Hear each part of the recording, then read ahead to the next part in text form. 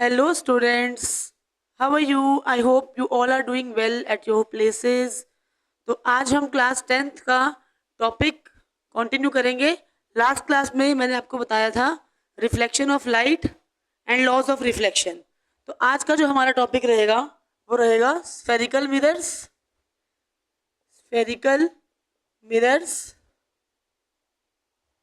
And terms related to spherical mirror. terms related to spherical mirrors. तो सबसे पहले first of all will study about spherical mirrors. Spherical जो word है वो आया स्फीयर. स्फीयर मतलब गोल चीज. तो spherical mirror means a mirror whose reflecting surface is a sphere, जिसका रिफ्लेक्टिंग सरफेस एक स्फीयर हो. So we have two types of spherical mirror. One is concave mirror and other is convex mirror.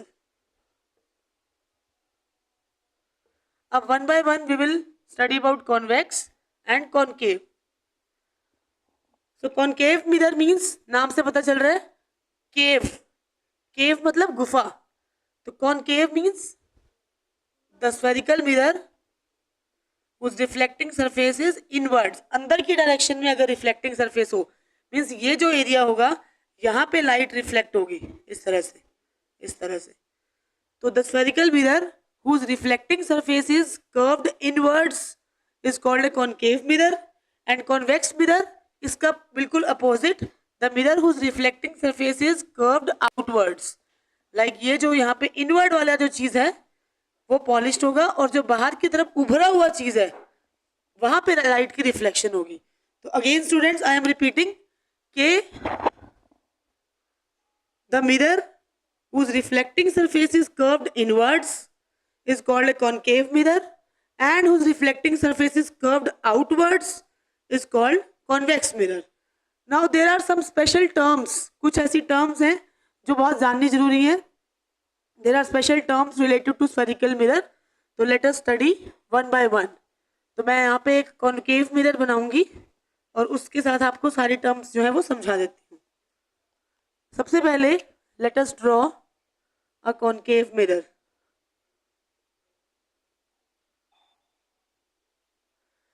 This is a concave mirror क्योंकि इसका जो curved surface है वो अंदर की तरफ है. तो पहली हमारे पास जो टर्म आती है that is centre of curvature. Centre of curvature means कि अगर मैं इस मिरर को एक्सटेंड करके एक स्फीयर बना दूं.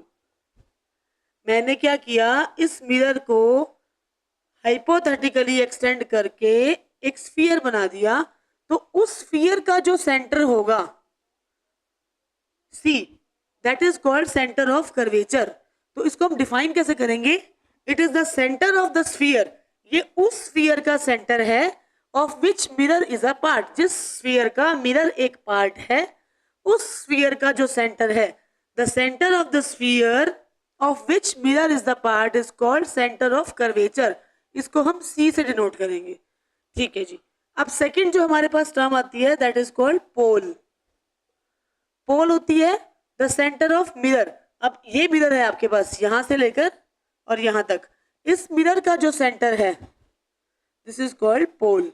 Centre of the mirror is called पोल.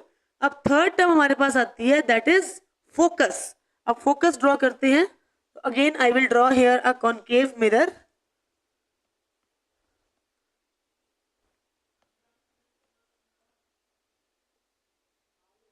ये कॉन्केव मिरर मैंने बनाया. ये मैंने पोल बनाया. ये मैंने सेंटर ऑफ कर्वेचर बनाया. तो वो line which joins centre of curvature and pole, वो लाइन जो सेंटर ऑफ कर्वेचर और पोल को ज्वाइन करती है that line is called principal axis. The line which joins the centre of curvature and pole is called principal axis. अब हम बात करते हैं फोकस की. सपोज यहां से इंसिडेंट रे आई और वो रिफ्लेक्ट हो गई. इंसिडेंट रे आई और वो रिफ्लेक्ट हो गई, इंसिडेंट रे आई और वो रिफ्लेक्ट हो गई, इंसिडेंट रे आई, अब वो रिफ्लेक्ट हो गई। तो अब यहाँ आप गौर से देखेंगे कि जितनी भी इंसिडेंट रेज आ रही हैं जो मिरर के ऊपर इंसिडेंट हो रही हैं वो सब की सब रिफ्लेक्ट होकर एक ही पॉइंट पर मिल रही हैं। So the point at which all the rays after reflection from a concave mirror, the point at which all the rays, जितनी भी रेज हैं, मैं रे का नाम देती हूँ 1 2 3 एंड 4, तो ये 4 रेज जो हैं रिफ्लेक्शन के बाद एक ही पॉइंट से क्रॉस हो रही हैं, that point is called focus. तो focus is the point at which all the rays meet after reflection, reflection के बाद they will meet at the same point, that is called focus. Next हमारे पास term आ जाती है focal length. Focal length is the distance between pole and focus. पोल के और focus के बीच में, pole and focus के बीच का जो डिस्टेंस है that is called focal length. तो अगर हम अब देखो हम कंपेयर करते हैं कॉन्वेक्स और कॉन्केव मिरर को। देखो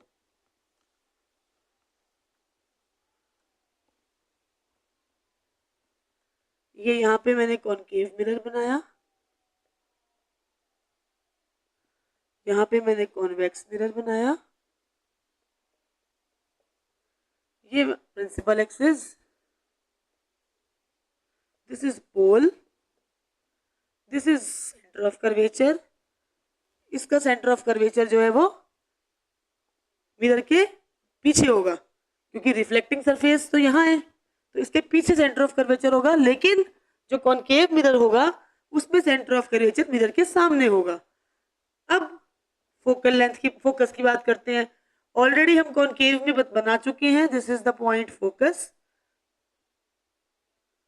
अगेन यही सिंपल बात कि इन केस ऑफ कॉन्केव मिरर जो फोकस है that is in the front of the mirror, और जो कॉन्केव मिरर है उसमें बिहाइंड द मिरर, क्योंकि ये जो है this is the reflected ray and they will never meet, तो हम इनको हाइपोथेटिकल मिला देते हैं, दिस इज कॉल्ड फोकस। तो in case of concave mirror, in case of concave mirror, center of curvature and focus lies in the front of mirror, and in case of convex mirror the center of curvature and focus lies behind the mirror. तो अगली class में हम लोग mirror formula plus numericals which are based on mirror formula and third sign conventions in spherical mirrors ये पढ़ेंगे। तब तक के लिए गुड बाय।